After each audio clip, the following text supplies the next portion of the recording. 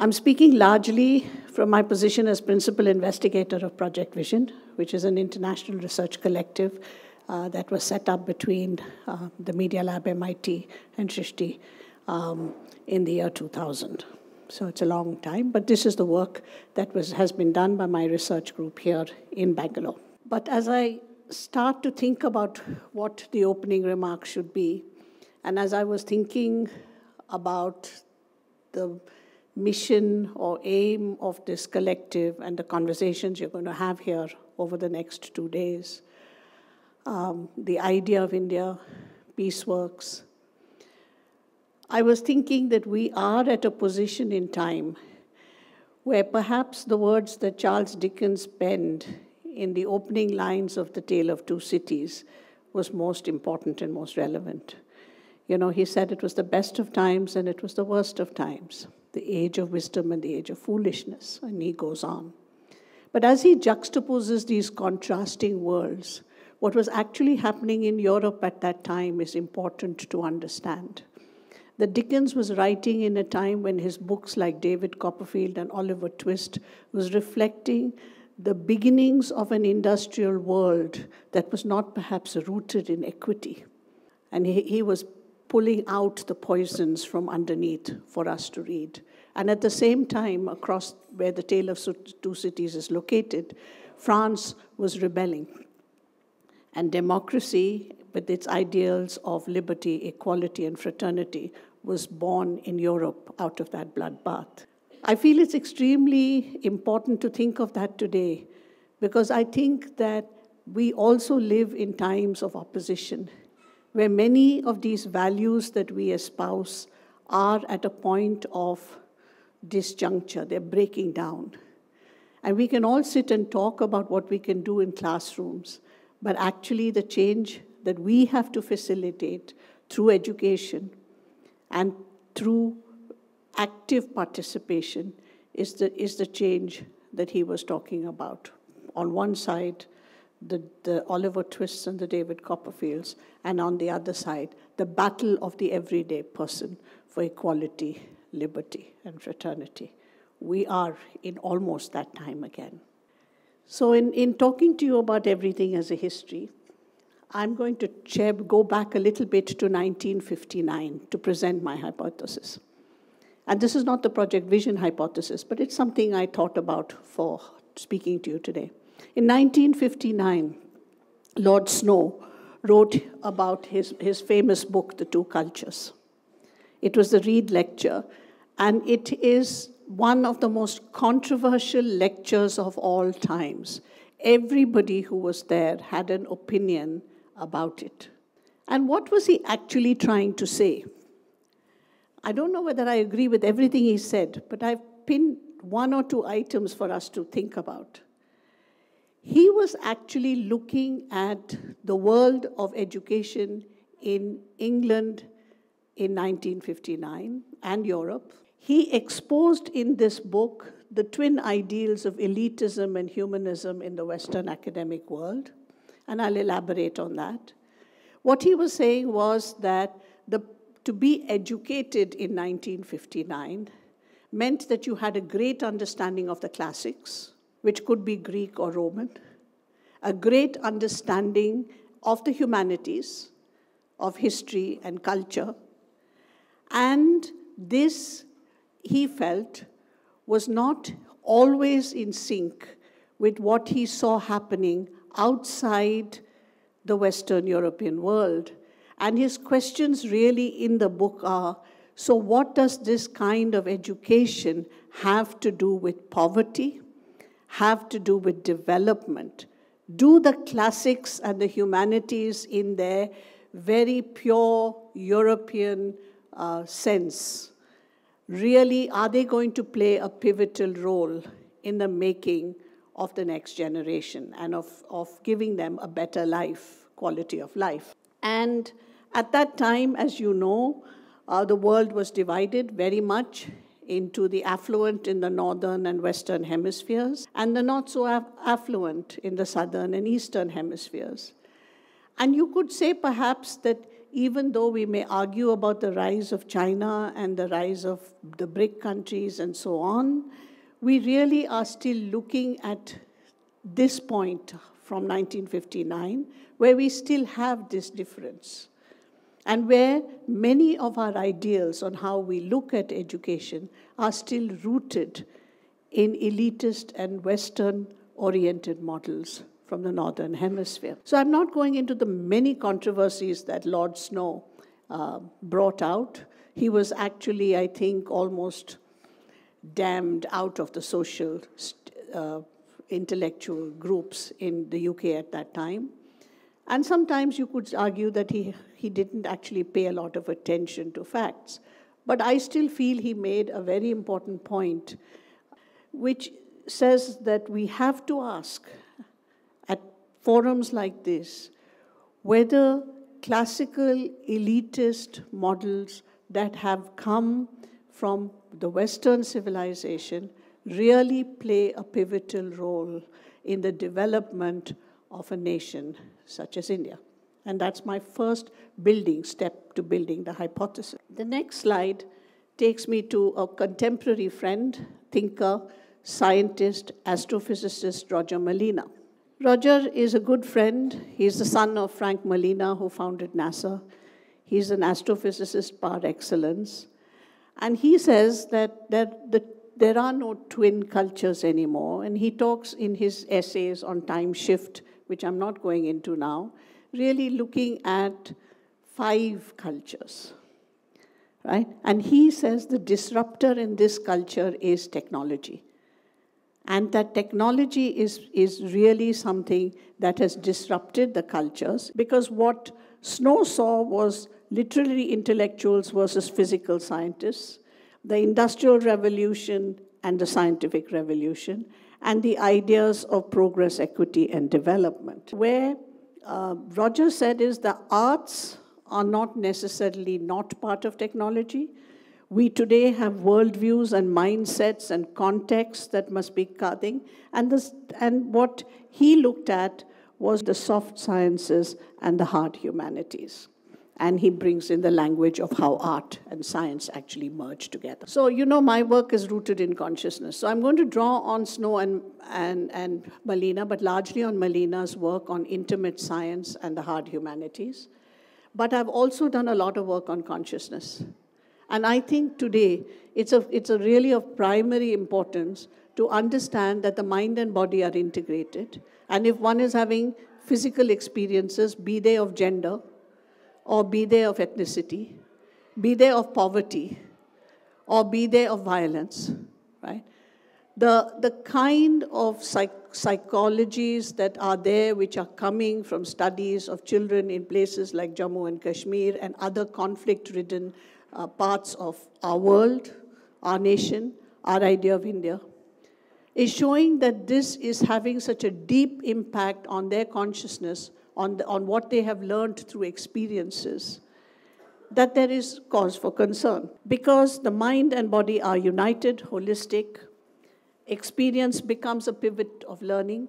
So if you look at the experiences of some of these children, they are hard. And so therefore, Roger Molina's ideas of intimate science or personal history and looking at spatial, local, and physically experienced geographies become very important to us as we look at the future of these subjects and how we look at them in education. So what is intimate science? So intimate science, and I'll read Roger first and then go to Andrea Grover next, it's a development of people. Now, artists, he generalizes as crowdsourcing. It could be anybody. It could be the common man. So basically, Roger is saying, let's remove these fiefdoms of scientists and artists or of scholars and the layman. And he's saying that you collect data about your world, but you use technological instruments, and you help make science intimate, sensual, intuitive. And this practice hinges, as Andrea has said, on close-up observations, experiential learning, and inventing new ways for the public to participate in the process.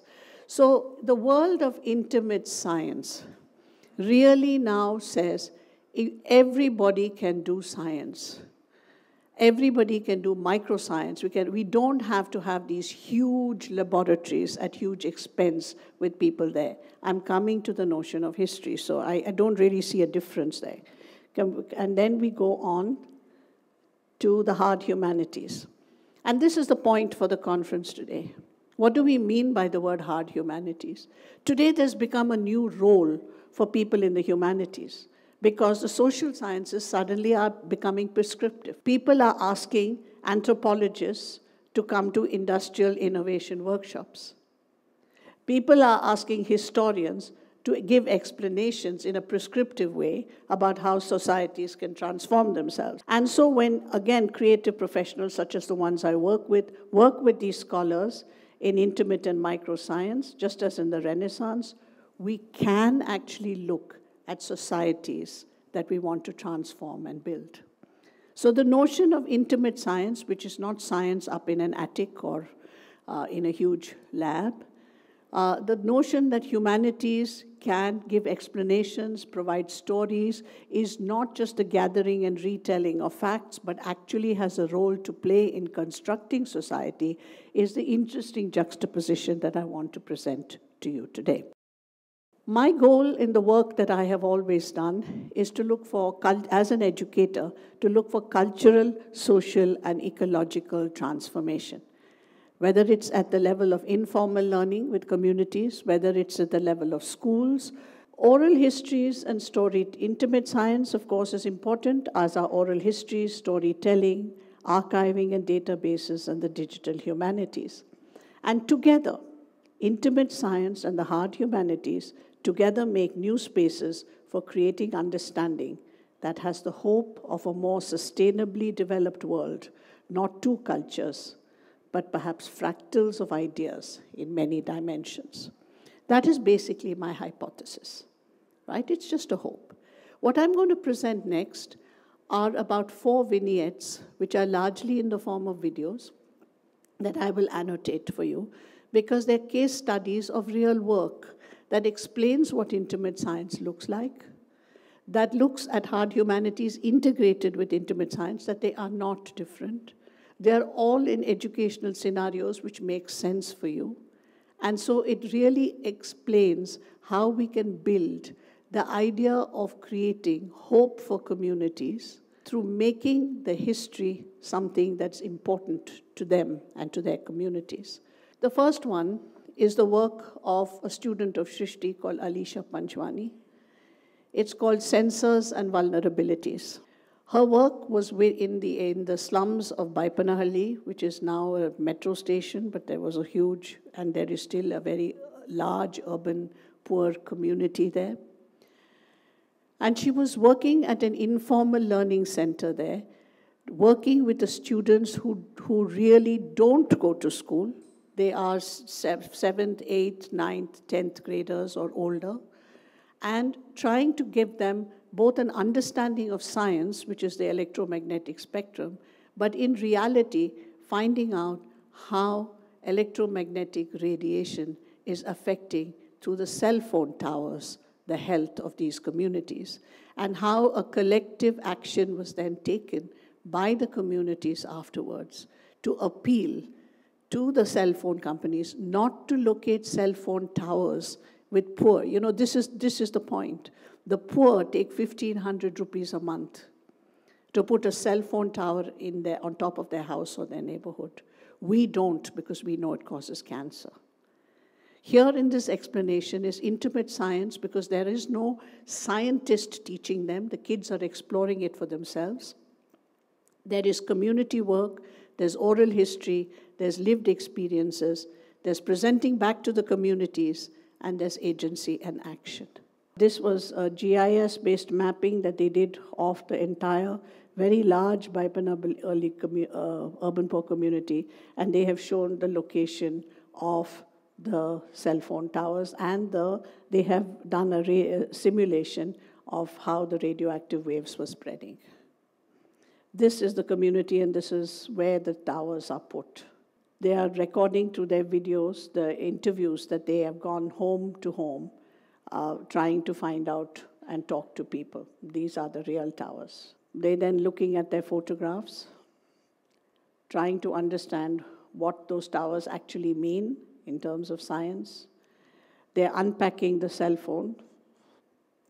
They're testing the electromagnetic radiation. The egg got boiled. Within the period of about 15 to 20 minutes, that egg was cooked. They then actually took more of the chip outside, and this is their mapping on a projected map, trying to trace it out. This is, I can't remember his name, but he is now presenting to the community what he found. So, these are all members of the community who come in and who are now listening to the presentations. And there's Jo, she's not here today, talking about electromagnetic radiation to them. So they got a specialist in. And then they've also marked which companies have it. I just wanted to show you what intimate science looked like. When there are no specialists there are no science teachers there. Jyoti Tyagarajan came in to speak as a master's team, just to talk on the electromagnetic spectrum. But what this implied was that 5 urban communities came with parents to listen to this. And we know that there has been a change because almost all those communities, through their own associations, are now resisting cell phones in their neighborhood. Right? They're saying that we don't need it, we don't need the cancer. Now, these are not kids who are going to school. Right? If you go and see the hole in the wall where that classroom is, it is on top of a drain. But that is intimate science. It's also hard humanities because they were able to trace through the oral histories of the communities that they walked in, the history of the towers, when they came, why they came, what was the reason for putting it there, and what was the price that they were going to pay for communication. I'm moving now to a social science story. This one was done with the Vayali Kaval and Bandavya Nagar urban poor communities. Vayali Kaval, which looks so affluent in terms of Rajmahal Vilas and thing, has one of the largest urban poor communities in 2 slums. One was the old Parsi Garden slum, which is now called Bandavya Nagar, which is largely Muslim. And the Chaudaya slum, which exists between Chaudaya and Malleshwaram, there's a whole thing. And most of the Chaudaya slum children are homeless. There isn't place in urban Bangalore for them to actually have a hut anymore. You know what I mean? This is one of the problems that we have when we work with these communities. The Bandavya Nagar group have been relocated from the Parsi Garden slum, and so they have a little bit more in terms of rights of residence. This particular unit I'm going to share with you, which is the Silk Route, and this is part of the hypothesis of everything has a history, is that we juxtaposed a study of Vijaypura, which is to the north of Bangalore, where we were investigating livelihoods of an urban poor community which have now been dislocated by the Bangalore Devnahalli airport. Right? So they don't exist anymore. The story is there, but they don't exist anymore. They were in the grounds of being evicted at the time we did the research. And for them to know that silk had a history, that silk actually wasn't Indian in its essence, that it came from China, and that where was the story, and also the comparisons that they could make. So we can look at how the story of silk and its thing is written in it's in 3 forms. They did a set of paintings, which is shown here, which shows the Empress of China and how she was having tea and how the mulberry, the cocoon fell down from the tree and how she actually then discovered the fiber. And by using art as a way of representation of that particular story, we were able to get them to really understand a different culture, clothes, and so on. Later, we got them also to look at, let's just watch how beautiful, so they've taken it into sort of contemporary China a little bit now. And each of this has a narrative that the students could put together. The second part is that was the scroll. in a Patachitra thing, it was a huge Patachitra painting of a scroll. This one is an embroidered mural made out of cloth, which meant that the kids could just sit every day and sew, and that's a great harmony, there's a lot of peace in that. But they were talking about the geography of the Silk Route, not the story of coming across the mountains, coming through Mongolia, coming through the thing. Now we go into what is Vijaypura. So this is Vijaypura, and this is one of the arguments I make, is that you can't teach this history out of a textbook or of a thing. You have to actually go to see what's happening to these communities, what they were doing and how they've been displaced.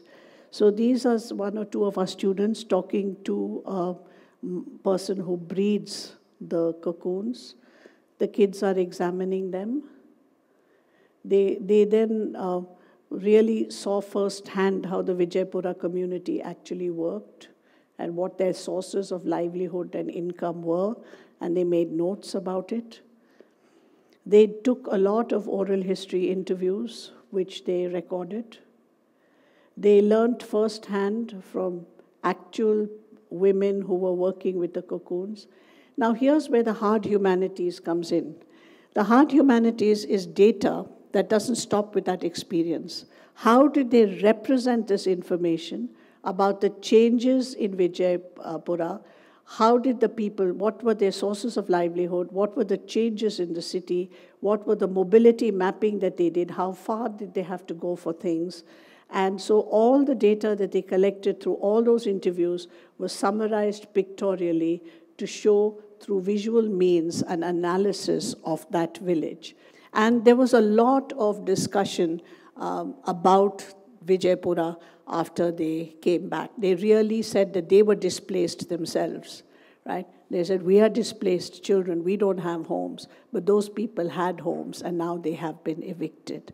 And sadly, Vijaypura does, the silk rearing communities in this city did not exist. But what has happened to that silk? What has happened to that community? And why are the shops flooded with Chinese silk? That was the last powerful burning question that was debated by the students. So the history then became translated very much into what was happening economically.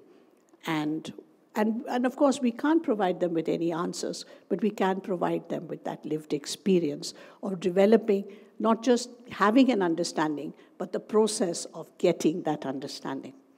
The next one I'm going to leave you a film that is set in Aditi.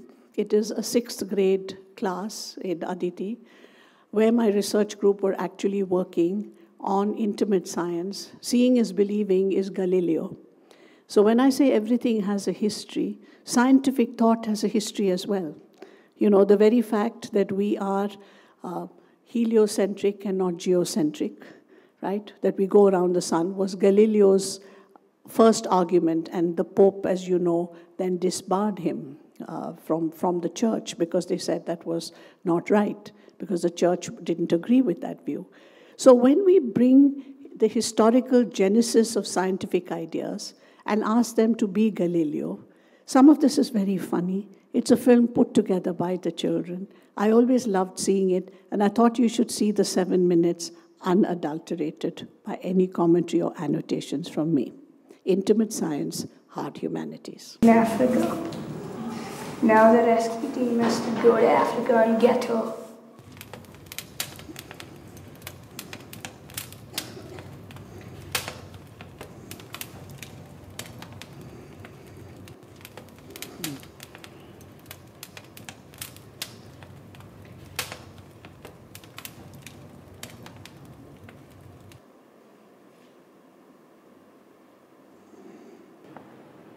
As I take people up into the air, I hum like a bee, without a pause. As my lava lamp, digital fire, keeps form with its neon effect, my white, blue, purple flames keep people warm. A long, long, long, long time ago, in a land before time came into existence, there were 3 things. In the middle, there was a blank nothingness known as Jinningagap. To the north, was an icy realm known as Niflheim. In the south, there was a fiery realm known as Muspel. The burning flames of Muspel reached Niflheim, and then the ice began to thaw. As it did, it shaped itself into the giant the size of the universe as we know it. His name was Ymir, and he was not nice.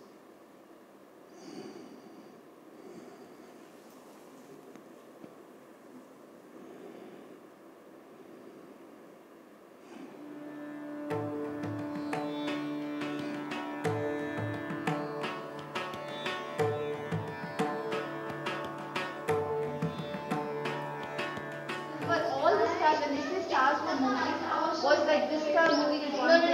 They weren't constellations, they were in groups. They weren't moving like this, but they were in the same area. This was like a sphere rotates, so it looks like the stars are moving. This was they were showing it unchanging. Yeah, they were changing. The movement of the star, I mean, not exactly the movement, like this star wouldn't go over there. It would stay in its constellation.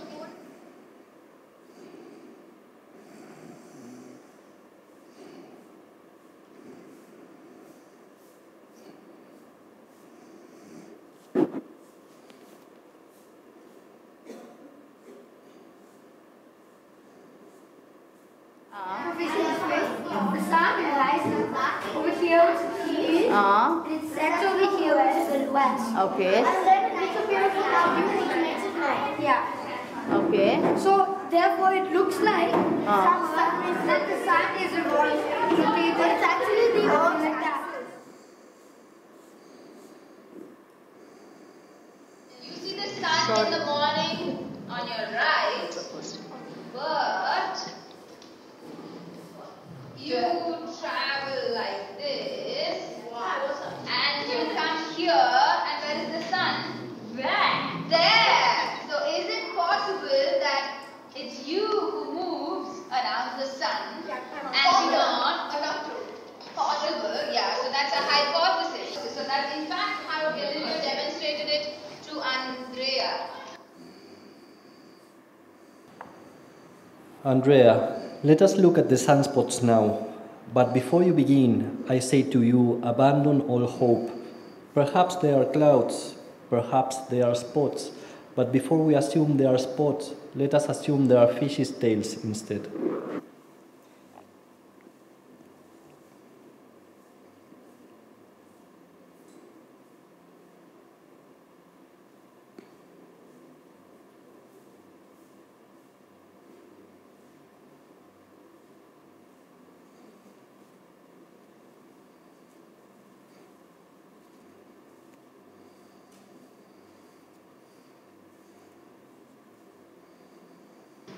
If plus b equals 4,000 squared, then this should be a success.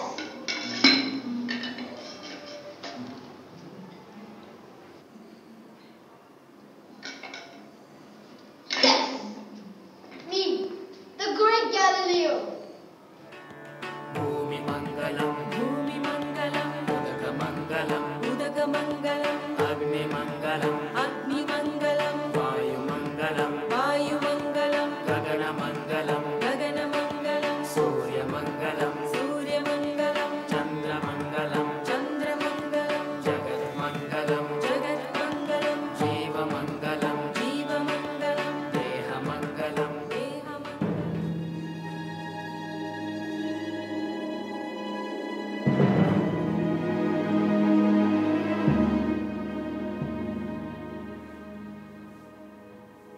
Once, there is no point in arguing. You know that deep down in your hearts that you are all struggling to keep on going. Since all of you know so many things about God, you would also know that sins and lying will not be taken lightly. Think about it.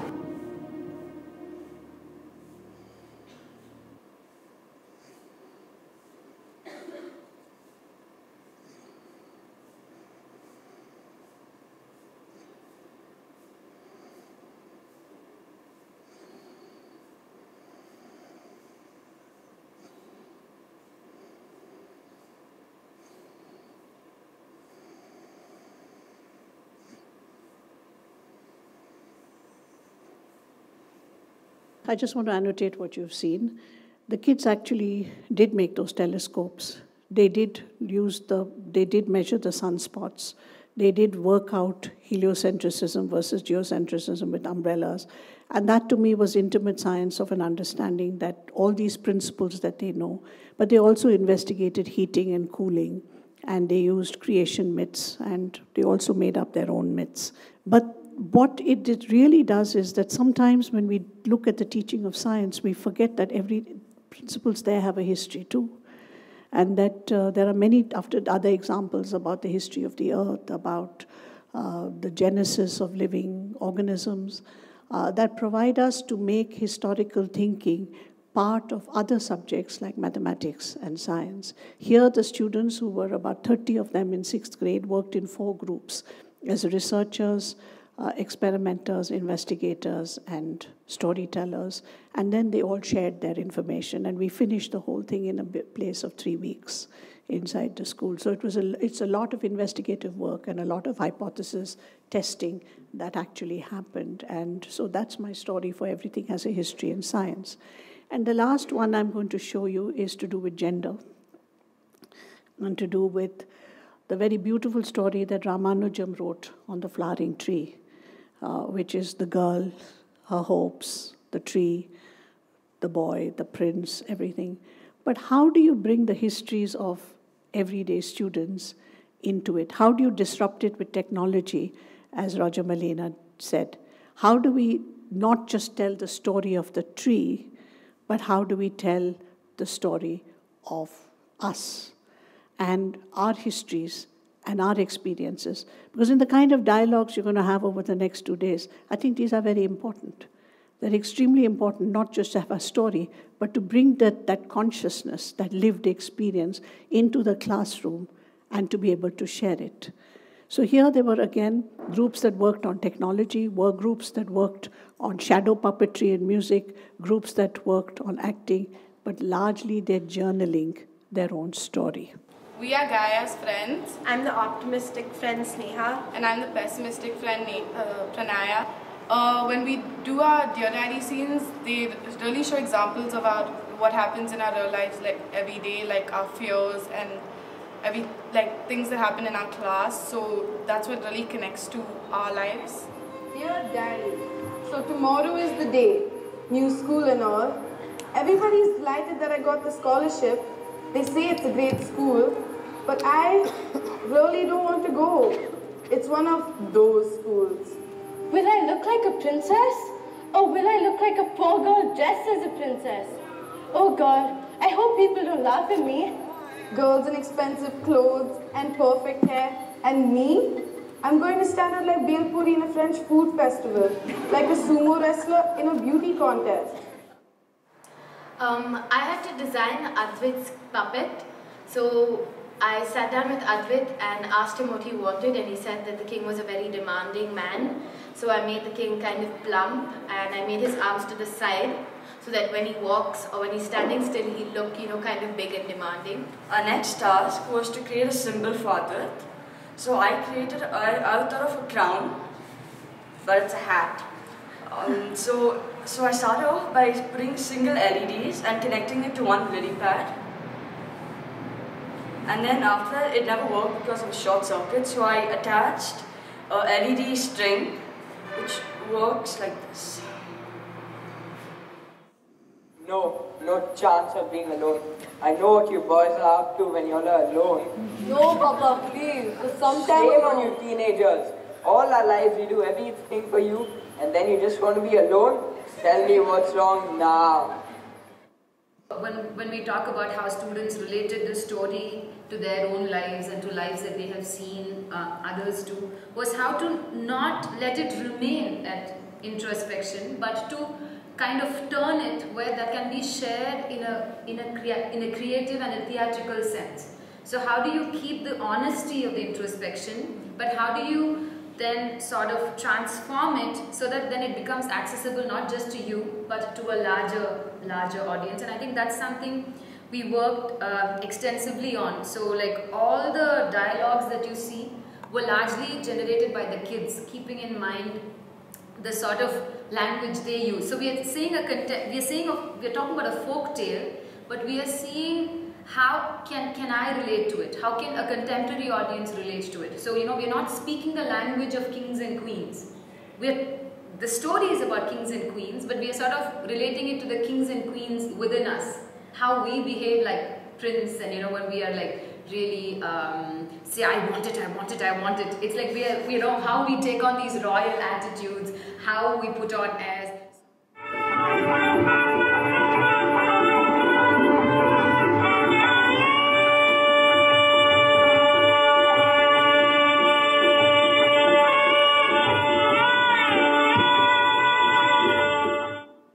The heart took a really long time. I had 3 designs before this. This is the final one. The first one had 27 LEDs, but the chip wasn't available, so I couldn't do what I was supposed to do. And then the second design, only 2 LEDs would light up and I needed more to light up. And then the third design again did not work. And this one, when we're going to be LEDs inside this, so when Pavan sees Gaia, he just has to like hit his heart or whatever, and it starts like beating. First, how you see technology not as something else, but how do you make it really personal? And second, how do you kind of use technology to express different emotions, of what's happening in the play, greed, love, sorrow, or pressure? How do you kind of use technology as a form of expressing those emotions through different kinds of interactions? And third, most important thing was experimentation. There was the process involving trying different kinds of methods, and technology can be tricky, like things sometimes work and things sometimes, most of the times, doesn't work. And also how do you kind of explain this to kids, because they were also trying different times and they often came to me and asked me a solution which I myself didn't have. And there were some times when they really amazed me of bringing the idea of, okay, can we do something from really far distance where we can control the actors while we are sitting in the audience? And I'm like, I haven't heard of anything like that, but let us explore. And to my amazement, it's like, it's just the concept and things start coming in, and it starts becoming real. So that was the flowering tree. And the students explored gender, they explored technology, they explored many things. But at the end, it was even that little bit about a relationship with a father, That was a very important part. The king is actually that boy's dad, and that's the way he talks to him. I've done so much for you, and you just want to be left alone. Tell me what's the matter. And we see kids in our classroom, but they all have histories. They all sometimes come to school in the morning having gone through that. So I've put together 4 scenarios. One, the flowering tree, which is a folk tale which has been reinterpreted. Silk route, Karnataka, silk, China, the story, the legend. In every case, there's myth, there's mythology in Galileo, even in the creation myths that we go through.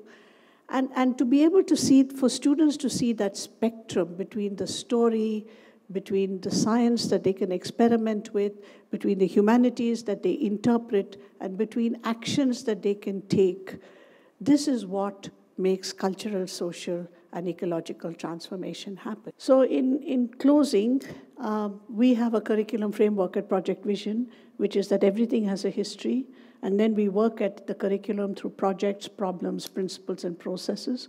We place a great deal of importance as place as text, and with what we used to call thinking hands, but which now has been reinterpreted in the world of academics as critical making. I close with a quotation from Vivekananda. I feel that if we are to go forward, if we are to build from the time, the Dickinsonian quote that I started, to a hopeful future, which is the aim of this conference, we have to reimagine and reimage the heart. And he says the mind and the intellect, the toolkit in its entirety is called the heart, and its re-education consists of imparting a new vision and a total understanding of the world around it, along with its own place in the total scheme of things, beings and happenings around. and to understand that behind and beneath life's total play of change is the immutable reality, unaffected by anything including death and destruction, is to gain a new vision into the secret of living. I think that's what you're here today to do. I hope I gave you some thoughts to think about it. Thank you.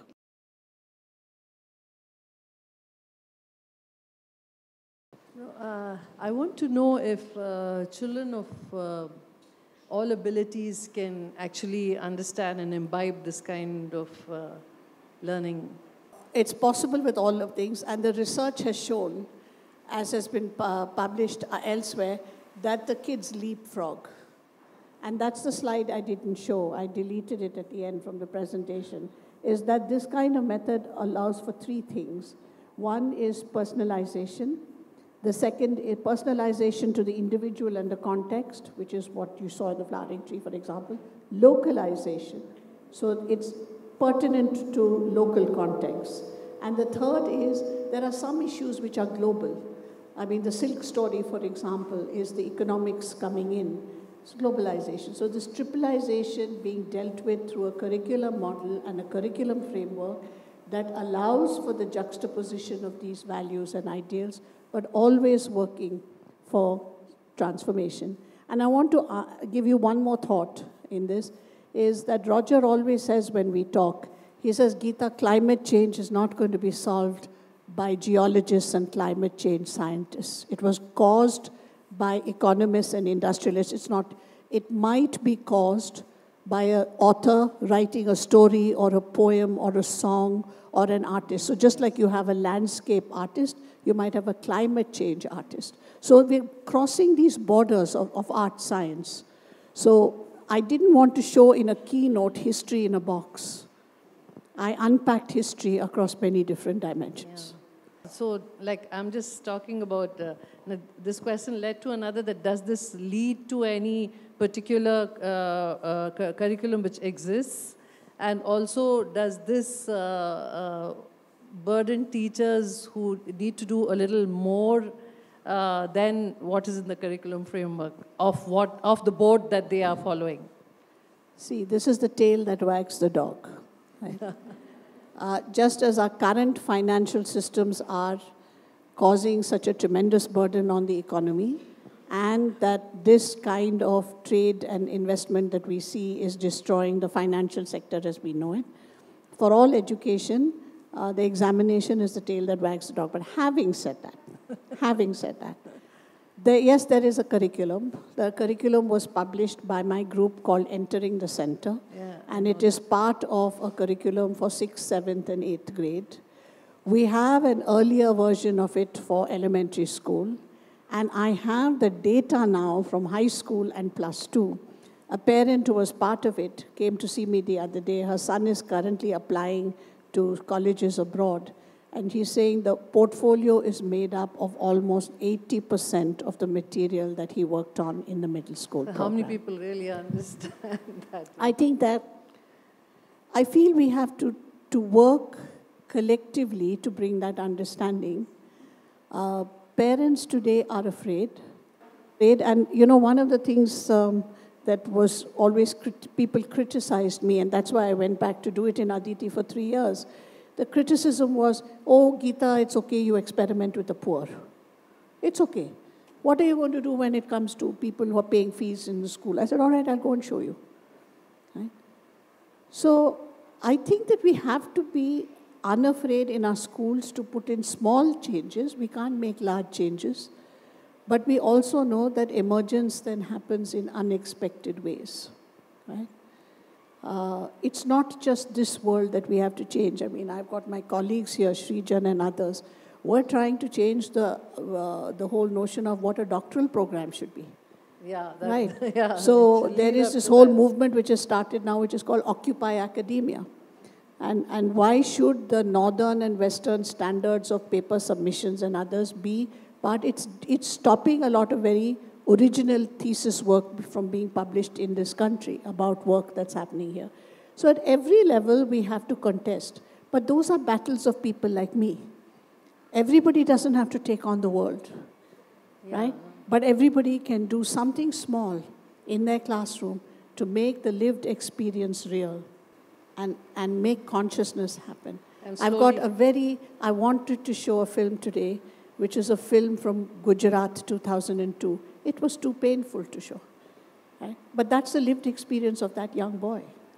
And we know today in J&K and in Assam and in other parts of our country, these things are happening.